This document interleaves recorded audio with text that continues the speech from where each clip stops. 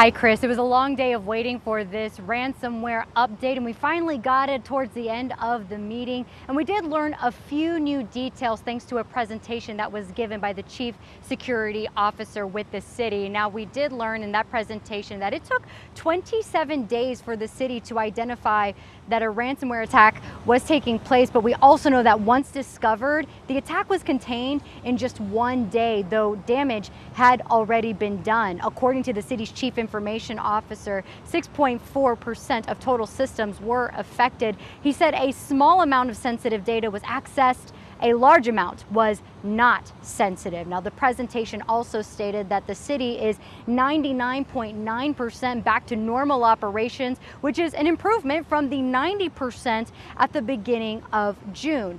Now, just to give us some background, during that ransomware attack in May, the city struggled to get crucial operations working again. Emergency dispatch, city courts, and many other functions were crippled by the attack.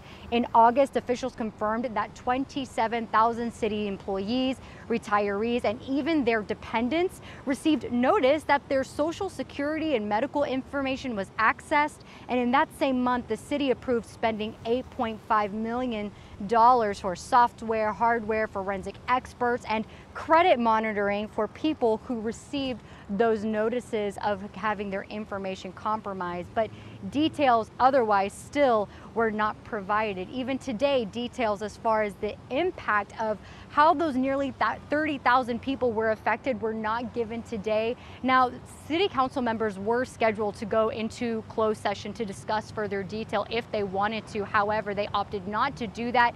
City council members did ask the IT department some questions, but many of those questions could not be answered in public. Still, they opted not to go behind closed doors to get those additional details. So we are still keeping up with City Council for these updates, and we will bring you the latest right here on WFAA. Chris and Izzy, I'll send it back to you in studio. All right, thank you for putting that in context.